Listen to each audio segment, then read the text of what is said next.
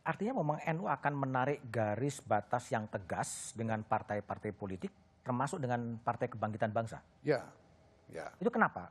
Alasan yang lebih, ini kekuatannya kan besar, orang pasti akan berkeinginan memanfaatkannya. Tapi kalau Gus Yahya kok enggak gitu sebenarnya? Karena kita harus berpikir tentang Indonesia. Ini bukan hanya soal NU.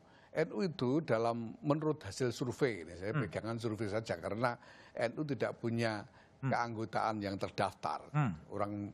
Orang jadi NU itu tidak harus daftar, tapi tergantung perasaan masing-masing kira-kira gitu. Jadi orang yang mengaku NU ini menurut survei, orang yang mengaku NU, survei tahun 2018, Alfara Institute itu. 50,5% dari seluruh populasi Muslim di Indonesia ini mengaku NU. Mereka sendiri mengaku NU.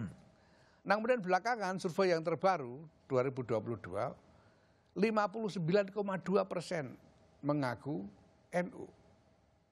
Nah, maka ya karena kita ini sudah membuat komitmen tentang negara bangsa yang berdasarkan Pancasila, UUD 45, bersendikan Bhinneka Tunggal Ika, ya kita harus NU ini bertanggung jawab untuk memelihara supaya prinsip-prinsip negara bangsa ini tetap terjamin dan terjaga.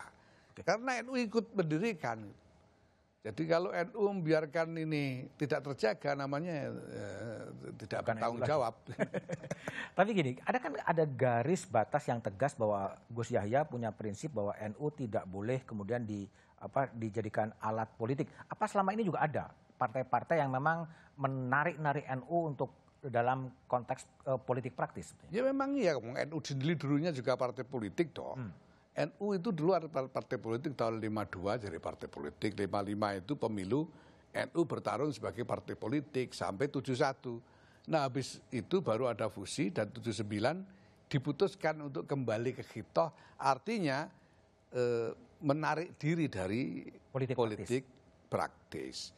Nah kesadaran ini sebetulnya didasarkan pada pemikiran yang sangat dalam tentang bagaimana NU harus berperan di dalam pergulatan bangsa ini ke depan. Ini yang harus dijaga. Boleh disebut bahwa kira-kira NU ini tidak kemana-mana tapi ada di mana-mana?